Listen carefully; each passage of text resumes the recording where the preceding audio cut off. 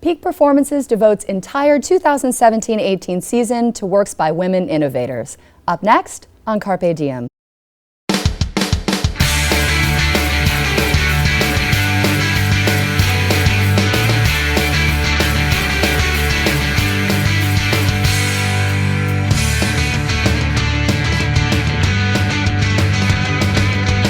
Hello, and welcome to Carpe Diem. I'm Heather Benton, Program Coordinator of the BFA Acting Program in the Department of Theater and Dance at Montclair State University.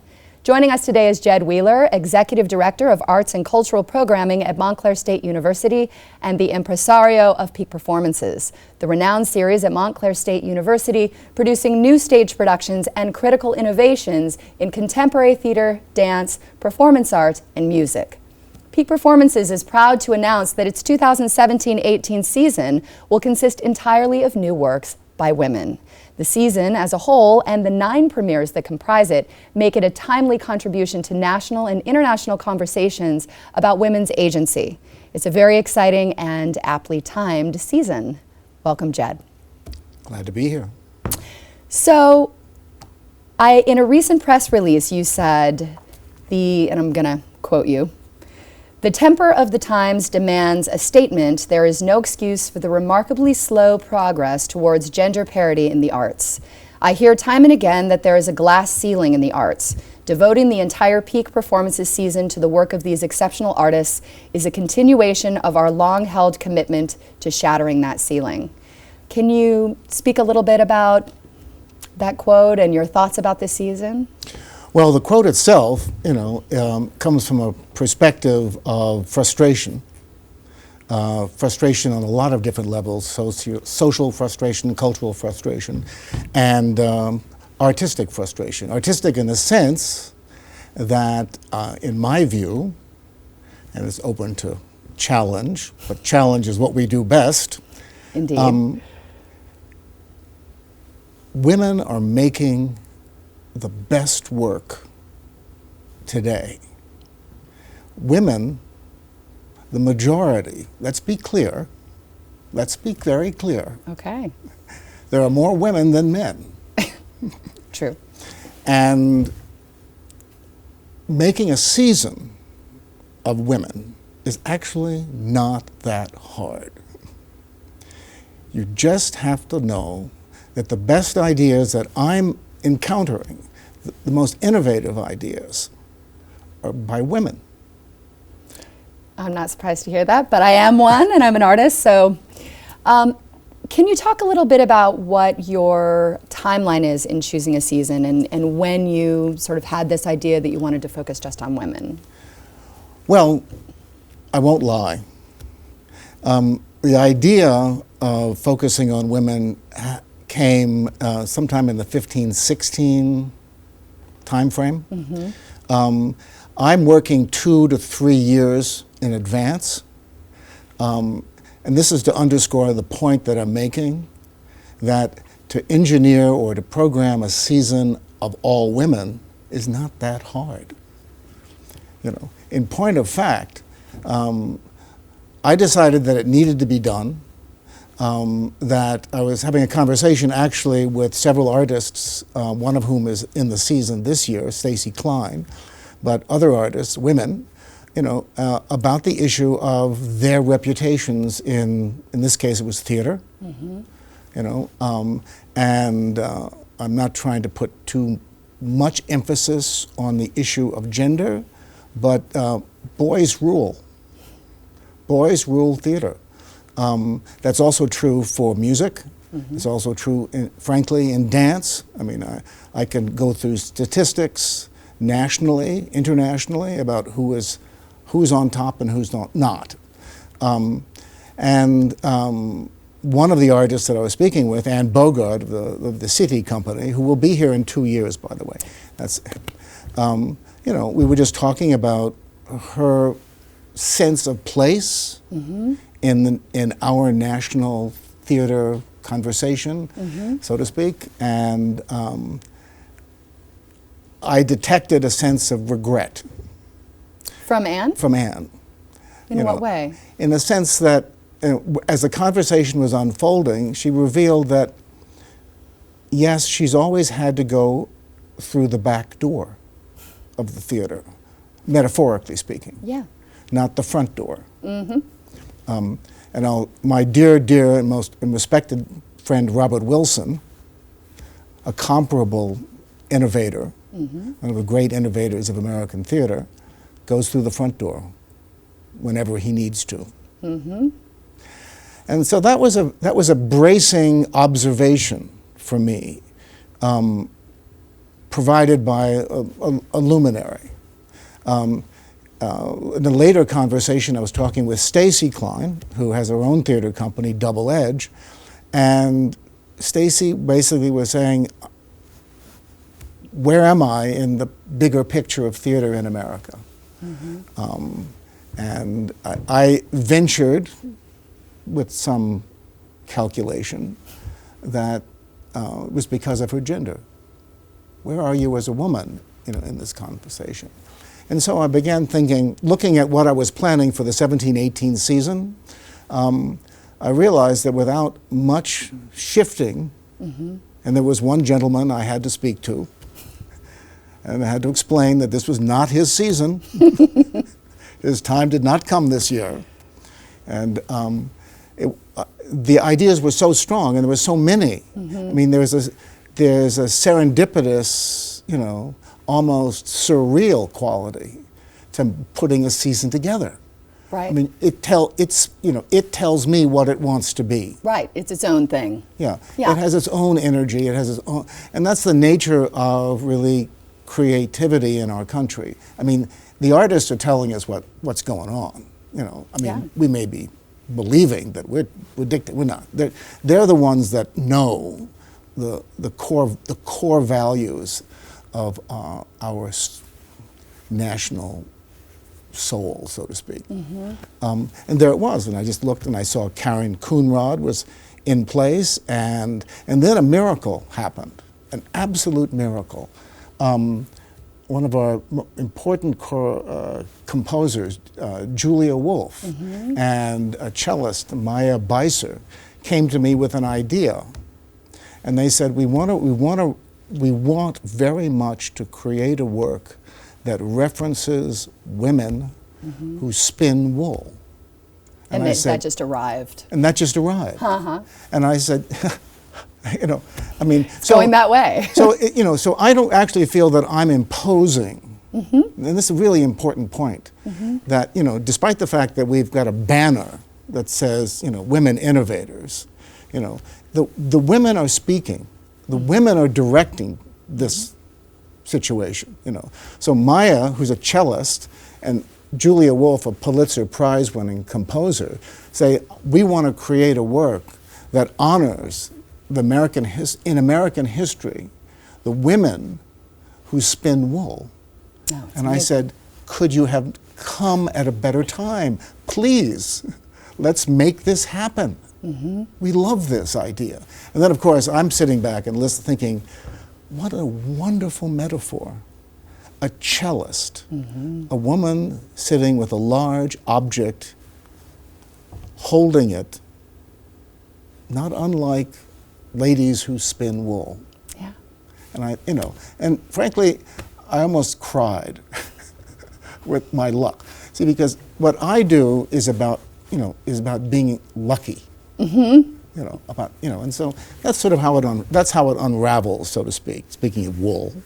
Yeah, I mean, I think the timing, just from the educational side of things. Yeah, I mean, I'm looking at our students, and a big part of what we're doing with our students is trying to empower them as actors to also be theater makers and to create their own artistic voices and to begin to discover what they want, the work that they want to do.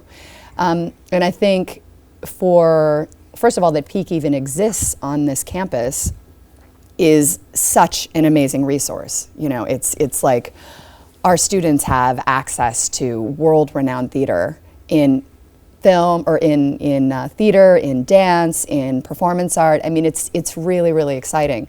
But for Peak to be doing an all-women's season it just sends a message.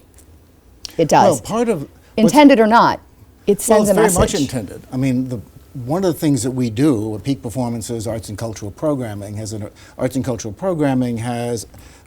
array of projects that are focused on activating interest among individuals who have never heard of the kind of art or artists. I mean, I'm very fond of saying, and I have for many years, said that, we do not have marquee names.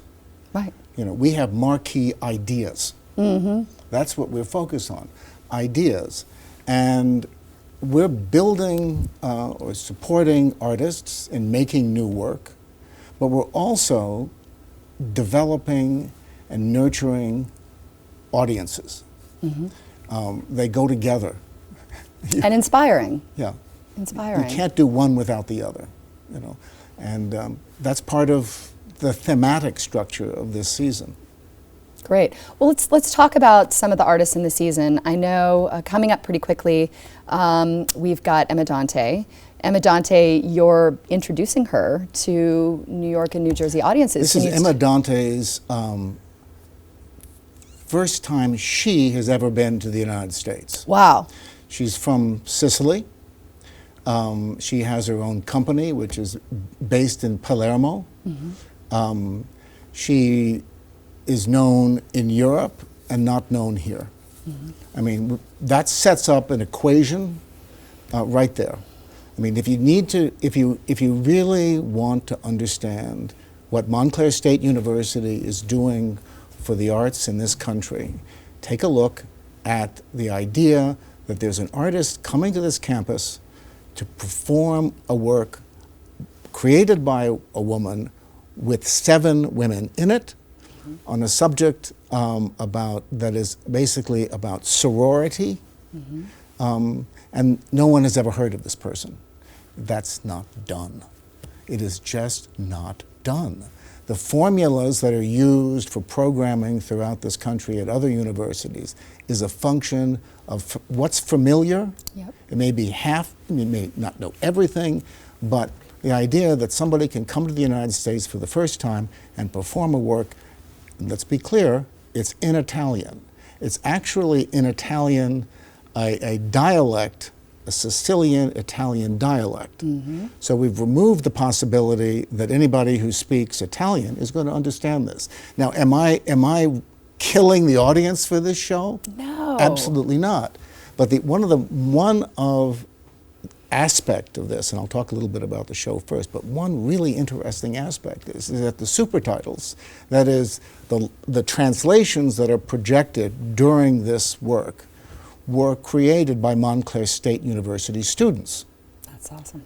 There's a program here developed by Teresa Fiore and others that took university students to Italy to create supertitles to translate, and so it's more than just presenting a work. I mean, this is a work that has, in some ways come out of the university itself from an academic point of view. Yeah, that's amazing, and I think when there are opportunities for overlap, I mean, we just had Merchant of Venice, Karen Coonrod's Merchant of Venice, and we were very fortunate to have 3 of our BFA actors involved. And that experience for them, to be able to work with actors and a director of that caliber in an undergraduate environment, not a graduate environment, is like so special. I believe, it's my belief that students, when given the opportunity to perform within a professional structure, will rise to the occasion. I've seen it happen time and time again. The worst thing that we can do, or at least I can do, and I know you don't do it, is doubt the ability, no, the intuition and the instincts of the students that you're guiding. And to have them on stage with Karen, it was seamless. Yeah. Their work, you would not, there's no one that's saying, oh, I get that. That's not at all. I mean, they received the invitation and they gave back. It's very simple. Yeah. And very glorious.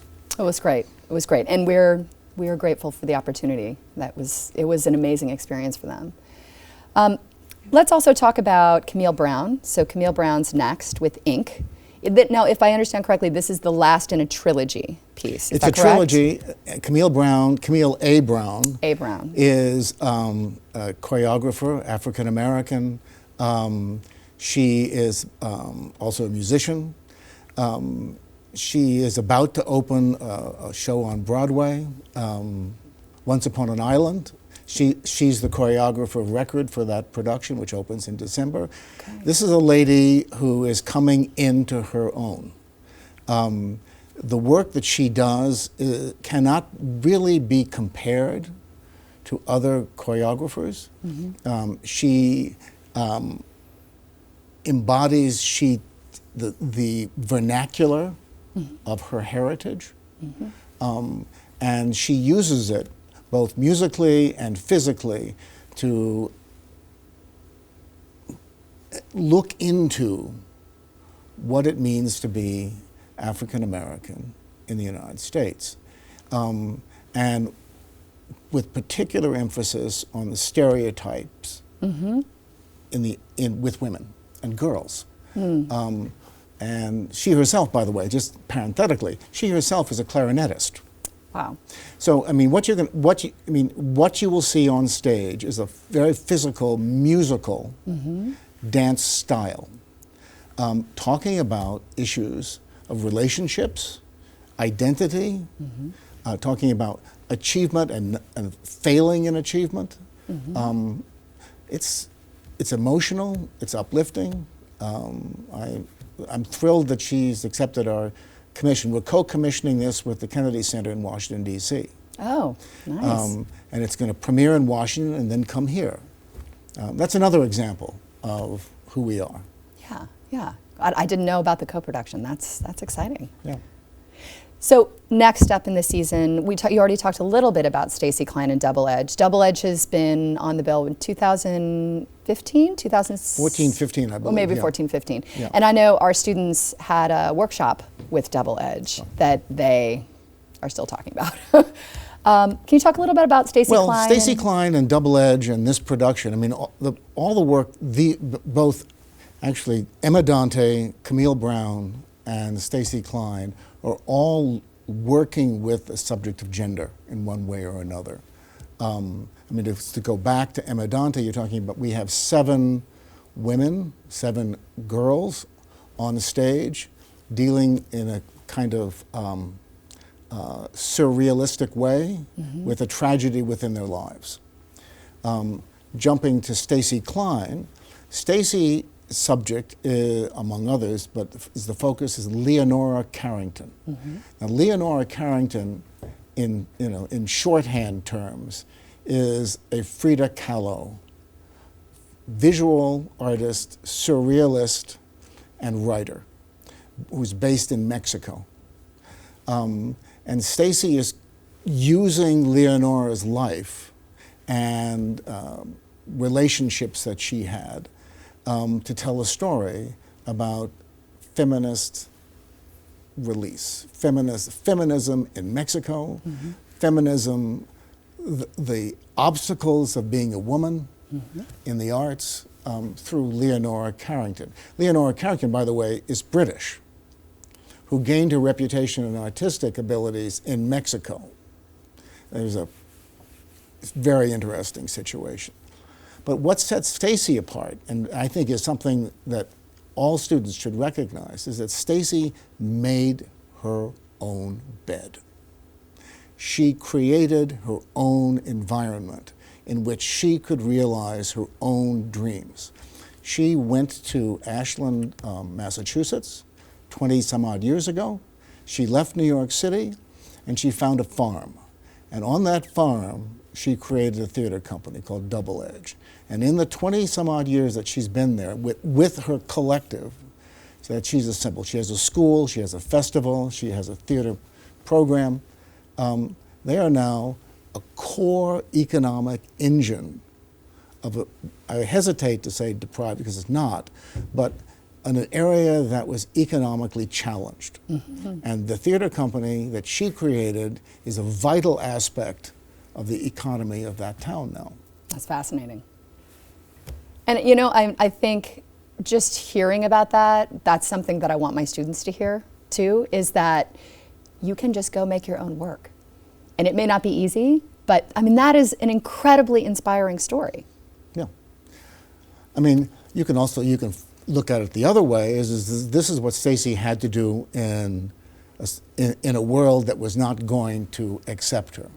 And hopefully the tide is turning. I mean, it's turning this season. Well, I think but I mean, you know, in the bigger picture. I think it's definitely turning, for sure.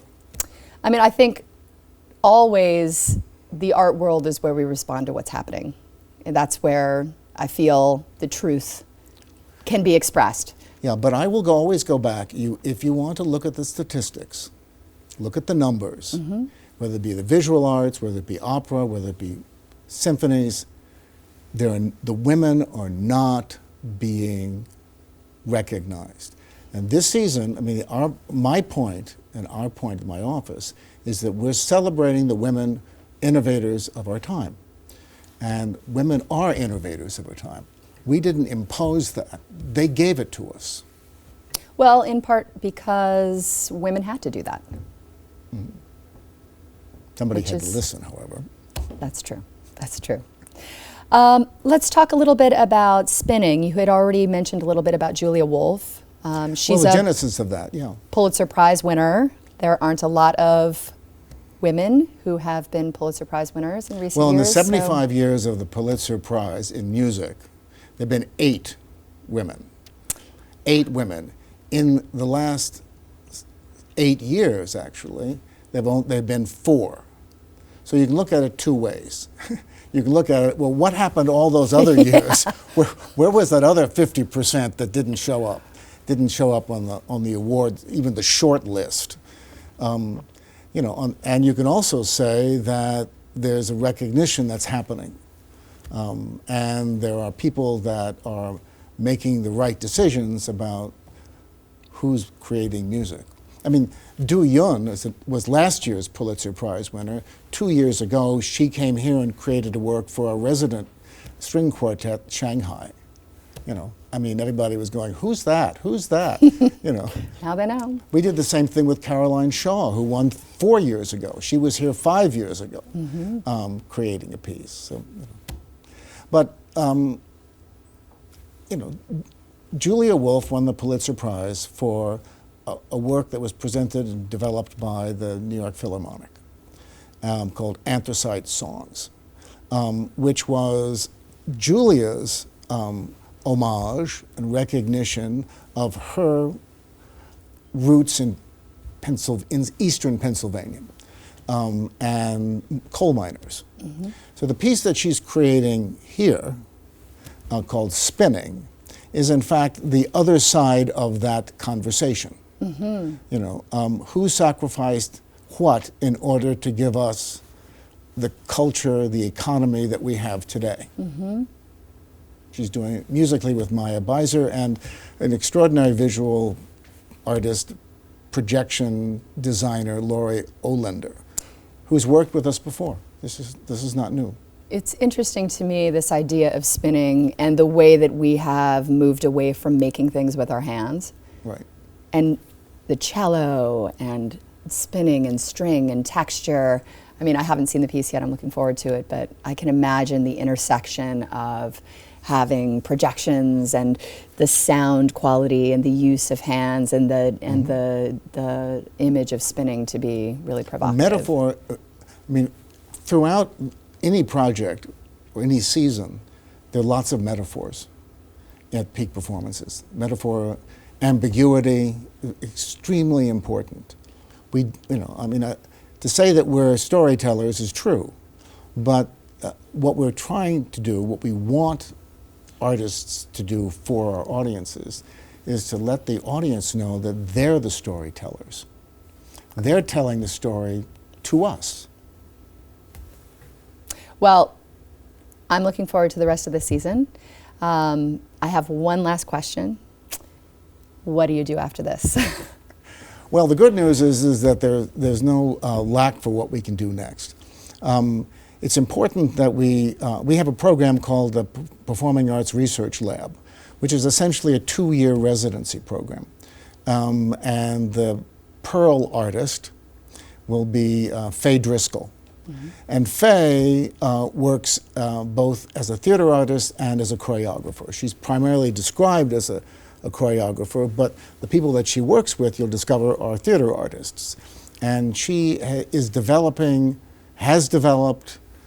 a physical vocabulary that, in my judgment, has no precedent, other than a history of experimental theater in our country. Sounds amazing. Great. And she'll be here for 2 years. And next season she has a piece called Thank You for Coming, and she's going to do parts 1 and 2, which are the first 2 pieces, and we're commissioning part 3. And so we're going to see all 3 parts. Great. And another woman. I'll let you say that. Well, Jed, thank you so much. It has been such a pleasure talking to you. We're thrilled about the season. We're thrilled about all of the events that Arts and Cultural Programming around all of these productions. So thank you so much. And looking forward to the future. Montclair State University has given us permission to do this. No small fact. Do not forget that. Glad to be here. Thank you. Glad to be here too. Thank you so much. Thank you. If you would like more information about Peak Performance's exciting season featuring 14 women innovators, please visit our website on the screen or Peak Performance's box office at 973-655-5112. For information on Carpe Diem, you can write to us at carpediem@montclair.edu or call us at 973-655-5158. For Carpe Diem, I'm Heather Benton. Thanks for watching.